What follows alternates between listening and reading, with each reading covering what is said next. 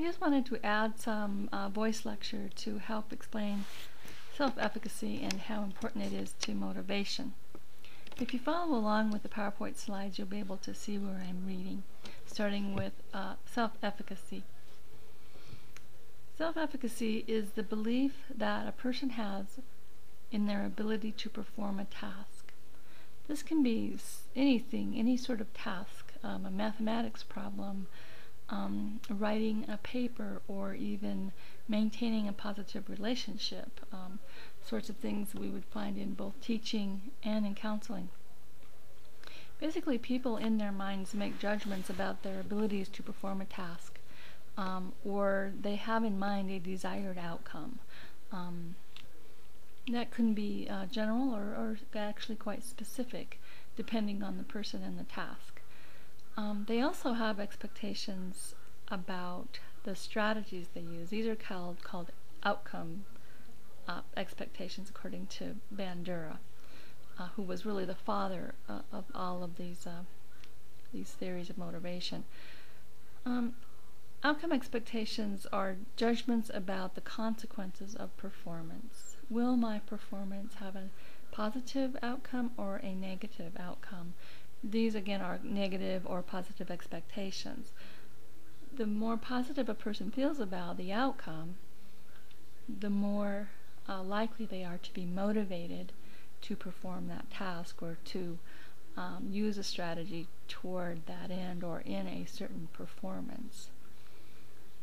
Such as, say, mathematics. If you are using perhaps flashcards to memorize multiplication tables, multiplication problems, and you feel like that strategy is going to be effective, you'll be more motivated to work with those flashcards. If you don't think they're going to work, it's very easy to just give up. So you can see how important the feeling of possible success is to motivation. Advancing on here. Bandura said that self-efficacy is not fixed, but it's something that we can develop. It can be changed, and that's really important to know as teachers or as counselors, because it's developed in people and individuals in different ways and in different situations. So people with similar abilities may perform differently on a task depending upon their levels of self-efficacy. So you and I may have the same aptitude in math, but if I doubt my strategies or I don't think I can do math, even though you and I have the same ability in it, you're going to do better than me because I don't think I can do it, and I'm not motivated really to try for several reasons. Bandura said that those who have high and optimistic self-efficacy can really achieve a great deal. So optimists who really have a lot of confidence in themselves do better. Those who are realistic can actually be limited because they only try a certain amount. They don't go beyond what they think they can actually do. So self-beliefs, Bandura thought, should be granted in mastery experiences. Work hard to help a student or a client to perform at a level that is mastery, and that will increase self-efficacy. So how is self-efficacy actually developed? We talked a little bit about how that is developed differently in individuals. The most important aspect of self-efficacy is past performance or past experience with success or failure. If a person has failed time after time after time in, say, mathematics or in relationships, they're going to be less confident in themselves, and that just makes sense. If you just have never done well on multiple choice tests, for instance, you just doubt yourself every time you're going to go take a test that is multiple choice because you just don't think that you're going to be able to do well. So why even try is sort of the attitude. So past experience is really the most important way to build or break down self-efficacy. A really important part of self-efficacy is Bandura's concept of vicarious learning or vicarious experience. If we see that someone else is like us, that's a model, or they have the same ability, the same potential, or we see them as the same type of person as we are, and they're successful, we're going to be able to say, hey, I'm a lot like that person. I can do this too.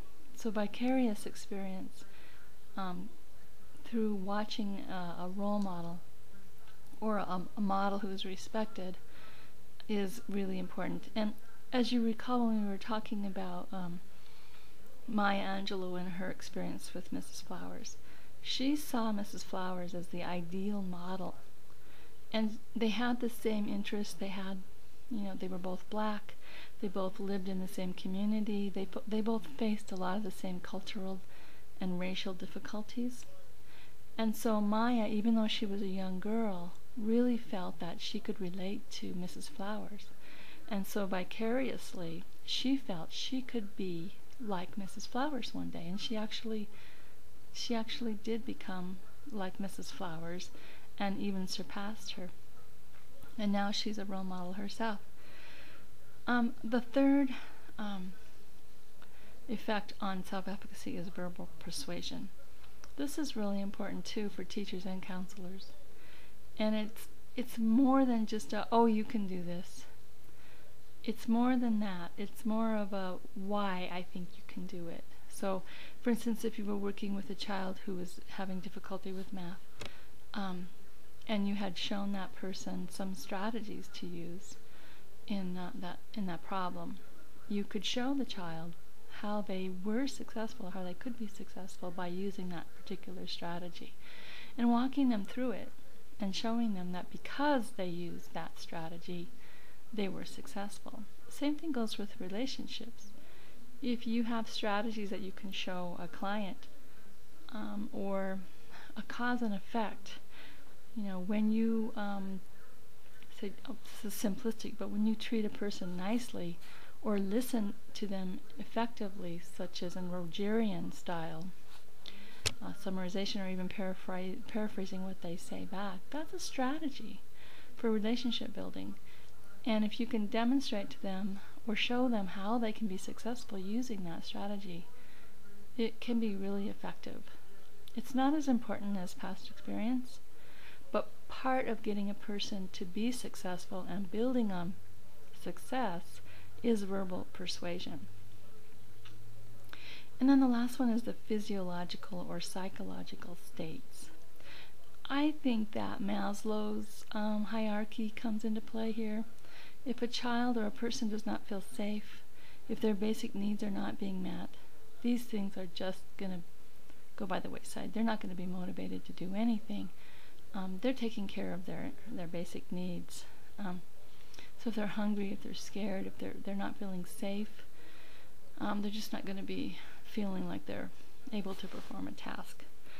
So in a classroom then, I tell people, sometimes your classroom is the only place where they feel safe, especially if you've got children in poverty, living in poverty, or if they're homeless, or if they're being abused.